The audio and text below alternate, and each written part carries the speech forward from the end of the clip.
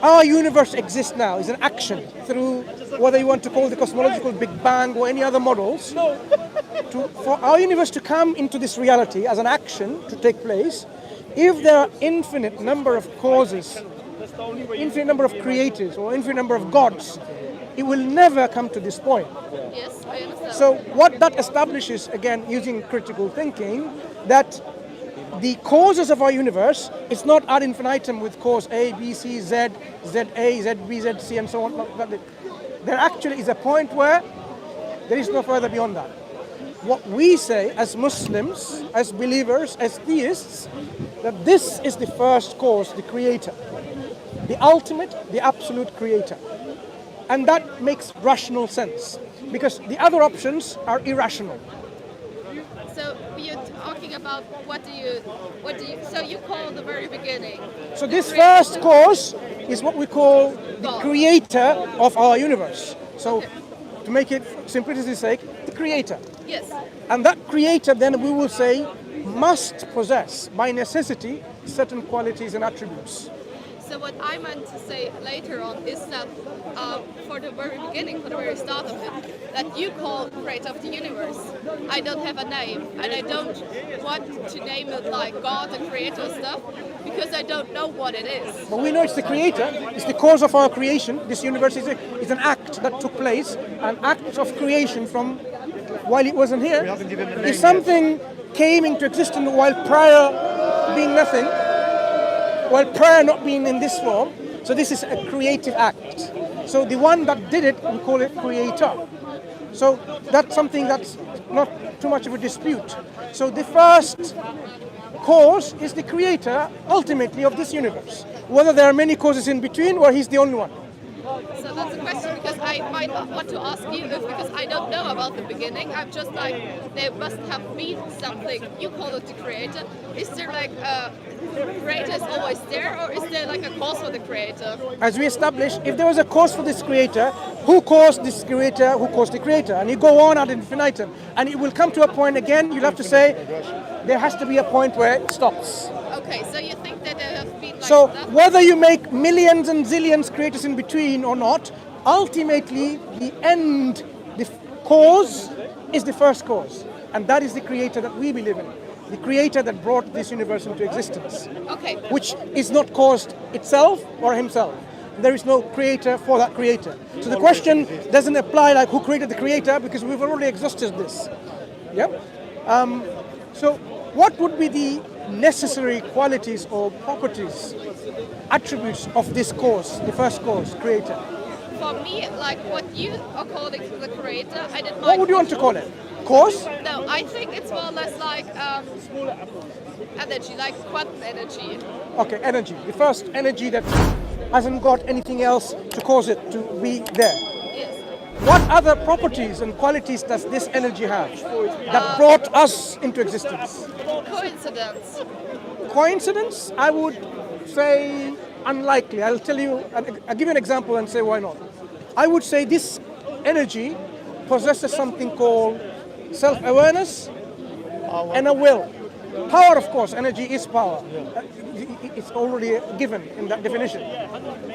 If you're not self-aware and you don't make a willing choice, then could this be the result? For example, this is the example I'm going to give you. Imagine there is a room in which there's a table and, okay, call it a kitchen. Okay. Yeah. I don't want to eventually label it as a kitchen. It's a kitchen. There's a cooker there and a freezer there and water supply and everything. Yes, yes, yes. Now, if there is no conscious, willing, self-aware, something that was going to do something, do you think having the milk inside the fridge, water in the tap, but not running, and in the cupboard there's a cup and a plate, and there's the tea there, and a sugar in another pot, and a spoon somewhere else, do you think without someone willing to make tea with 2 sugars, this will just happen by coincidence, ever? No, I think like in the beginning, there was more like this quantum energy or this energy by coincidence. But before you go to that example, let's talk about this kitchen. Would a cup of tea with 2 sugars ever be produced in that kitchen? In that kitchen by coincidence? Yeah. Not in this form, because what I wanted to say, I wanted to respond. I just wanted to say what I mean, why I'm responding like this. Okay. I think that first of all, with this energy and the coincidence, is created some form of atoms, and by coincidence, atoms start to create small particles, small moleculars, and if they reach, after reaching a certain size, so a certain complexity, they're with the beginning of this. Sorry, just a second. So with by coincidence, they were the first kind of organism, and with the starting of being organism being there was a start of the will. What do you call self? Yes.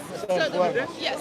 So it started with the organisms, because the organisms kind of figured out that their mechanisms are working well for them. So all the mechanisms are working good, and they have enough energy to exist. So they started to develop this, how do you say it, self-awareness? Yes. And this is the point where you can talk about your kitchen.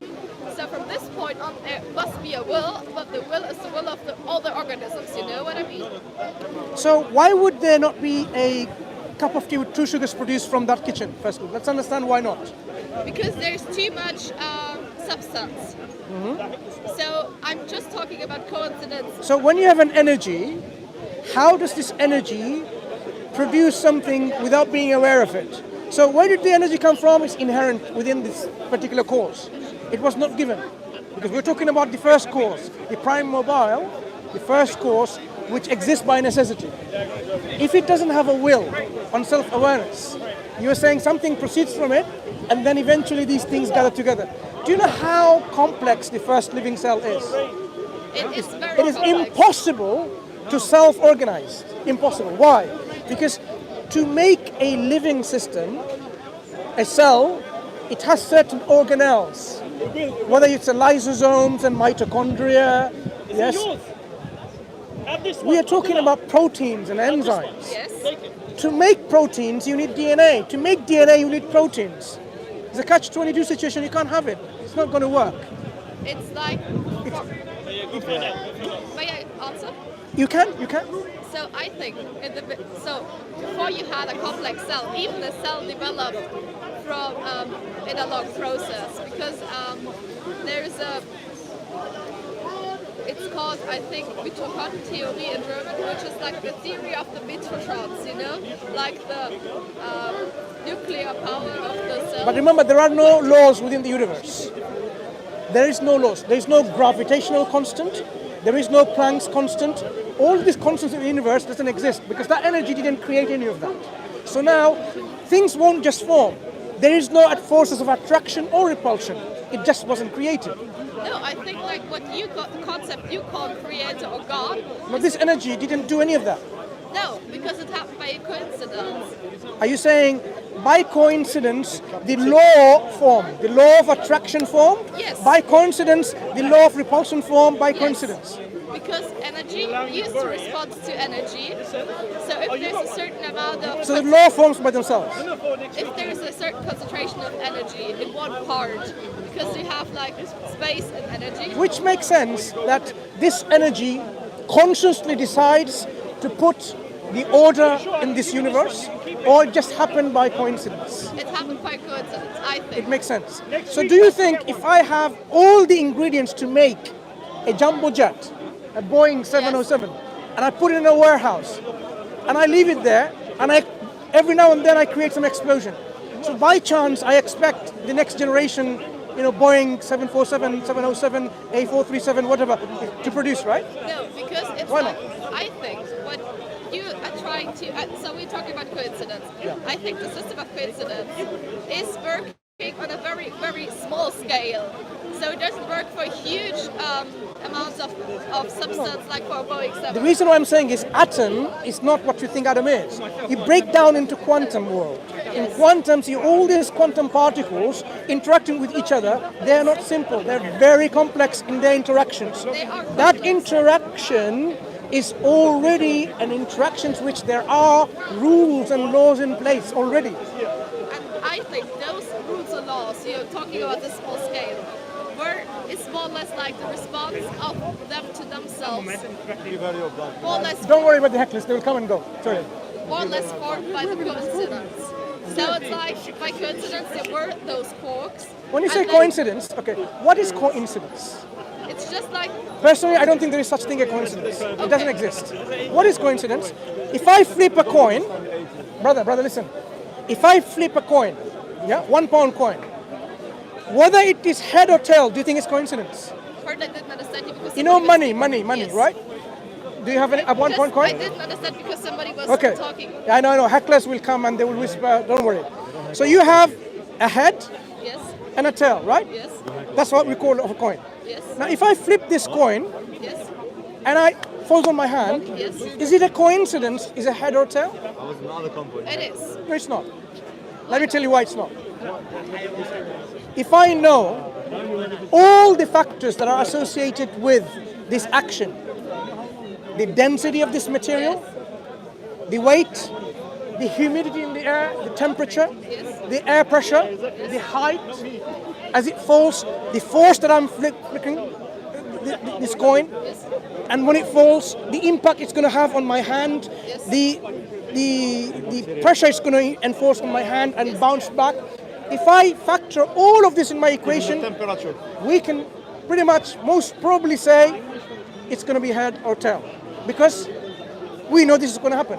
The fact that I don't know all of these equation factors in my equation, I say by chance it's going to be head or tail. But if I could eliminate and find all of these factors, you can say, yeah, it's going to be head and tail, and you can actually do that with apps. Yeah, but So in that way, thank you, there is no coincidence. It's an awareness of the factors in play.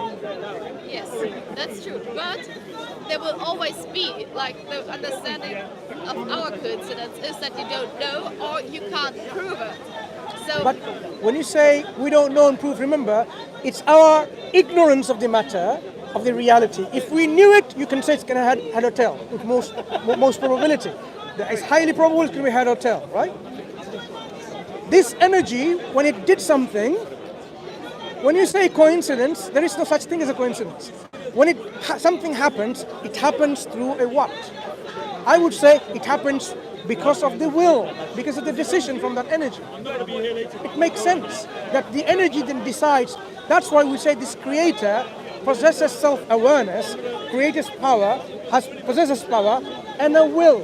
Will to make things. Because when everywhere in our life we know and we see that it is by choice and will and by decision things happen.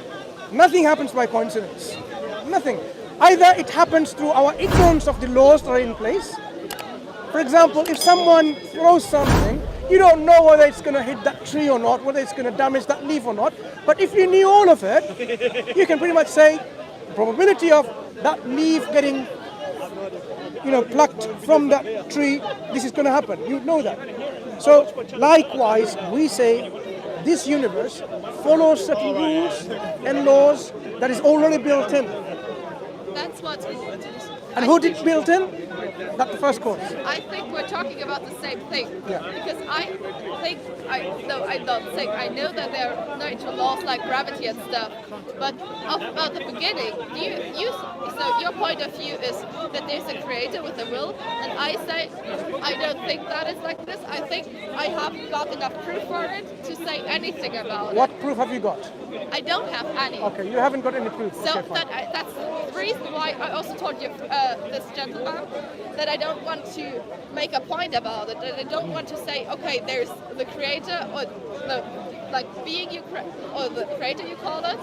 So I think I don't have enough proof to say what is in the beginning, and I don't have enough proof to say yes, there is reason A, and it started with all that. Or I don't have enough proof to say no, there has to be a reason A. There always had to be like a infinitive chain reaction. It's just like I don't think we have enough facts to talk about it. Okay, you see that camera there, phone? Yes.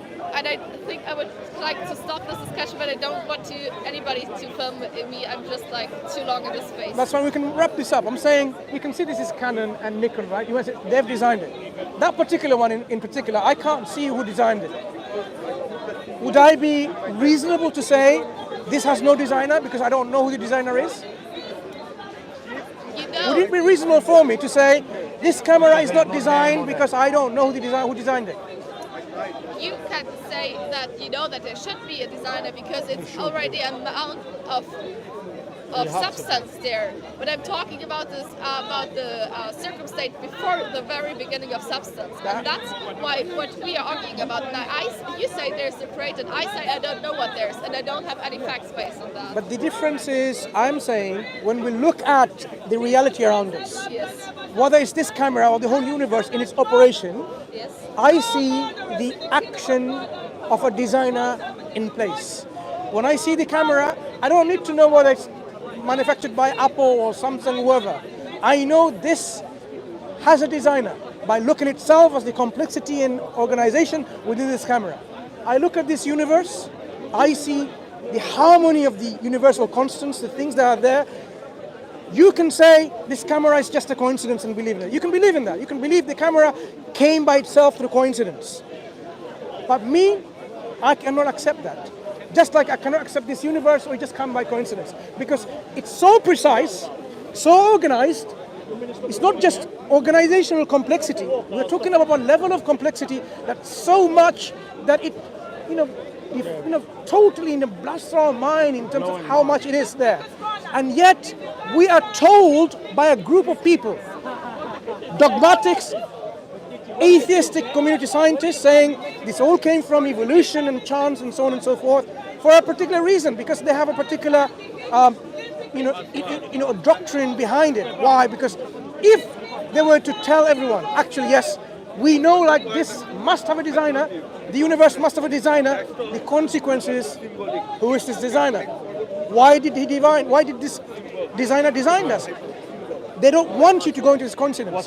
So that's the difference between a theistic perspective and an atheistic perspective. You as a person of intelligence, you can see the universe around you. No one will say, don't use your critical thinking. Using your critical thinking, you will see that everything within this cosmos, whether it's a tree or another animal, a cat or a dog or a snail, you can see the complexity and the harmony and the precision and the laws that are bound within that system. And yet somehow someone is telling us that is a chance product. A product of a chance over maybe 13.6 billion years. For me, I don't buy it. For you, it's up to you. But at the end of the day, I'm going to die and you're going to die. And we will see the reality. When we face the reality and we are then questioned about our reality, why did you not believe seeing all the signs, all the evidence all around you? And you'd say, what would you say? I know what I can say, because I know I've seen it and I've accepted it. I didn't reject the signs around me. You have to account and justify your belief. That's between you and what you see in the afterlife, if there is one. I believe there is an afterlife, and I believe there's a heaven and a hell. Hell is for people knowing the truth, they reject it, the reality, the truth. Heaven is a place where God, our Creator, has created for us, for our happiness and joy and tranquility. This is not heaven. That's why we have some suffering here and there. This is a place of our testing, whether we actually deserve to go to eternal happiness, or we are so arrogant and stubborn, or so uncaring, unmindful, not even bothered, and then we decide against ourselves to go to a place of torture and misery and unhappiness and suffering and pain. That's only our own making. Our Creator, when you compare your concept of the energy and our Creator has attributes which no one gave. Just like your energy would have attributes and quality no one gave. We would say our Creator is self-aware, alive, conscious, meaning someone who's aware and has a will, but also just, also kind and merciful to the creation that our Creator created, and created us for a purpose. Our Creator didn't create this all in vain and everything and just let it be. No, there is a reason for our creation. Every part of your body has a function, has a purpose. Your eyes, your lungs, your liver, your kidney. There is a set function and a purpose which you or your parents didn't put in place. None of us designed, or you know what, the purpose of the inner cells, the cochlea in our ears, is to make us hear and have a fine balance as I'm standing. We didn't design it. The whole body, we are told we have no purpose. Our purpose is to be happy and to make money and to have man or a woman in our life and that's it and live and die like that. No. We have a purpose in our life because all part of our body, your shoes have a purpose. And yet we don't have a purpose. Our purpose is to recognize our Creator and be grateful to our Creator. Scientifically, if someone gave you, you know, a kidney or a lung or a heart transplant when you needed it, you would be grateful and thankful to that person because that person gave you out of their own kindness and generosity perhaps. And being grateful and being thankful, showing that gratitude is your natural response. When you have a heart transplant from someone or a kidney from some donor, you will be thankful to them, say thank you. Our Creator given us all of it, 2 kidneys, lungs and a heart and a digestive system and so on. Our natural response, we say, should be one of gratitude. Thank you. And that is what we say the purpose of our life is, to be grateful to our Creator and to live our life according to what our Creator wants us to live. So that this is linked with the hereafter. So we're talking now about religion. Yes. I don't want to talk. That's fine, because you have to go. I just want to summarize this before you go. Yes, I don't want to talk about religion because I think I don't have enough facts. So you can believe in the Creator if you want to. I don't want to disturb you, but I want to be like, I'm still looking for facts. Thank you. That's fine. Well, it's no matter of laughing. It's people's own choice. So let them choose what they have to choose. Which one's mine? Assalamu alaikum, brothers and sisters. It's another talk by Brother Mansur, mashallah, may Allah bless him. It is being recorded and inshallah will be up in a high definition version, even though this is quite good high quality. Weather's getting worse now, guys, as you can see. Say salam, bro. Say salam alaikum. Alaikum salam. Salam alaikum. Lift my hand, there's a mic. Yeah? Salam alaikum. How you been, bro? You okay? Go home, yeah? I'm gonna fish for someone else. Yeah, Will you see me? I'll join you. Call Mansur. Where's Hashim? Hashim's not here today, brother. He's inshallah next week. Hashim is hiding the weather. Yeah, he's hiding from the weather, yeah? You said that, not me. It's live, bro. You're done.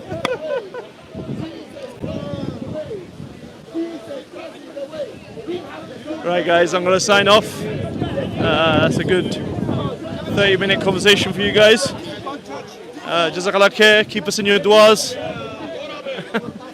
And inshallah, keep up the support. May Allah subhanahu wa ta'ala bless you.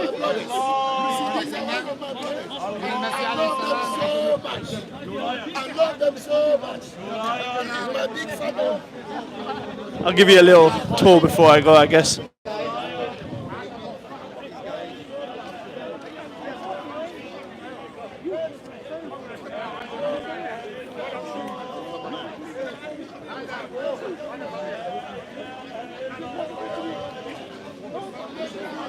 May Allah bless him.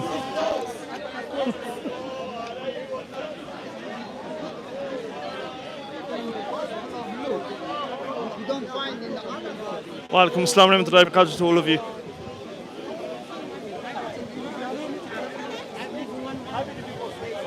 If there's another Brother Mansur talk, inshallah, we'll be back live. So do keep your... I hope you've pressed the notification button, guys. The bell, so that you're notified when we do go live, etc., when new videos come out. So if Brother Mansur does go into another talk, inshallah, we'll go live again. Yeah, press that bell so that inshallah you'll be notified. May Allah bless you all.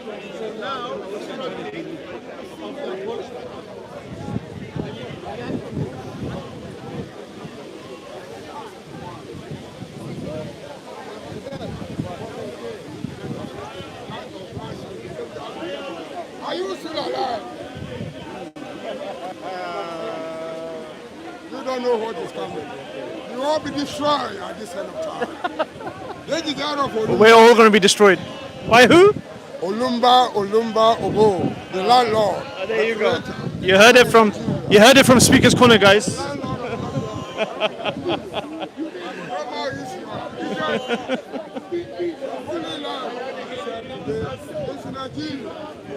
Nigeria is now the mother of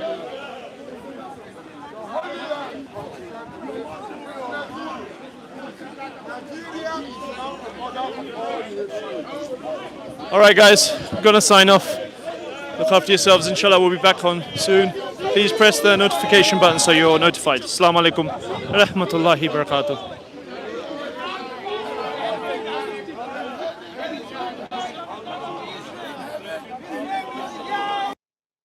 I'm a Norwegian Muslim convert and I have a question about Islam.